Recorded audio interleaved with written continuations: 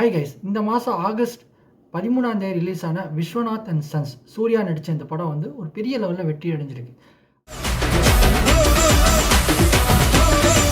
ஒரு முக்கியமான காரணமாக என்ன பார்க்குறாங்க அப்படின்னா, இது ஒரு பக்கா ஃபேமிலி என்டர்டெய்னர். பெரிய லெவலில் ஆக்ஷன் இல்லை அப்படிங்கிறது ஒரு காரணம். இது எதனால் அப்படின்னு பார்த்தா 2020க்கு அப்புறம் வந்த பெரும்பாலான படங்கள் வந்து ரொம்ப பிளட் ஷெட்டடாக, ரொம்ப வயலன்ஸ் அதிகமாக இருக்கிற படங்கள் தான் வெற்றி அடைஞ்சு. அது ஒரு பெரிய ட்ரெண்டாகவே இருந்தது. வெறும் தமிழில் மட்டும் இல்லை, தெலுங்கு, கன்னடம், மலையாளம், ஹிந்தின்னு சொல்லி ஆல்மோஸ்ட் நிறைய படங்கள் பார்த்தீங்கன்னா, கேஜிஎஃபாக இருக்கட்டும், புஷ்பாவாக இருக்கட்டும், விக்ரமாக இருக்கட்டும், இப்போ சமீபத்தில் வந்து ஓடிட்டு இருக்கிற டிசிங்கிற படமாக இருக்கட்டும், எல்லாமே வந்து ஒரு பயங்கர ஆக்ஷன் ஓரியன்ட் ஃபில்மாகவே இருக்குது அப்படிங்கிறது ஒன்று.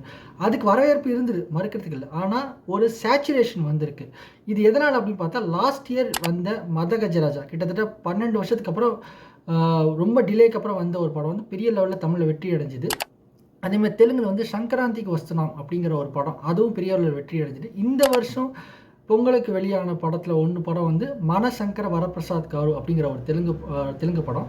அதே மாதிரி இப்போ வந்திருக்கு விஸ்வநாத் அண்ட் சன்ஸ் இந்த படம். இது எல்லாமே ஒரு சூப்பர் டூப்பர் ஹிட் ஆகிருக்கு. இதோட மெயின் ரீசன் என்னென்னா, இது எல்லாமே complete family entertainer. Full actions எதுவுமே கிடையாது. காமெடி, எமோஷன்ஸ், ஃபேமிலி ட்ராமா இப்படி எடுக்கப்பட்ட படங்கள் பெரிய லெவலில் வெற்றி அடைஞ்சிருக்கு. இதோட மெயின் தீம் என்ன, இதோட பெரிய மாரல் என்ன அப்படின்னு பார்க்க போனால், ஆக்ஷன் படங்கள் பெரிய லெவலில் சேச்சுரேட் ஆகிருக்கு. முக்கியமாக ஃபேமிலி ஆடியன்ஸ் பற்றின ஒரு பெரிய ஃபெட்டிக் வந்திருக்கு. அவங்க ரொம்ப போராக பார்க்குறாங்க. டூ மச் ஆஃப் வயலன்ஸை இதுக்கு மேலே தாங்க முடியல.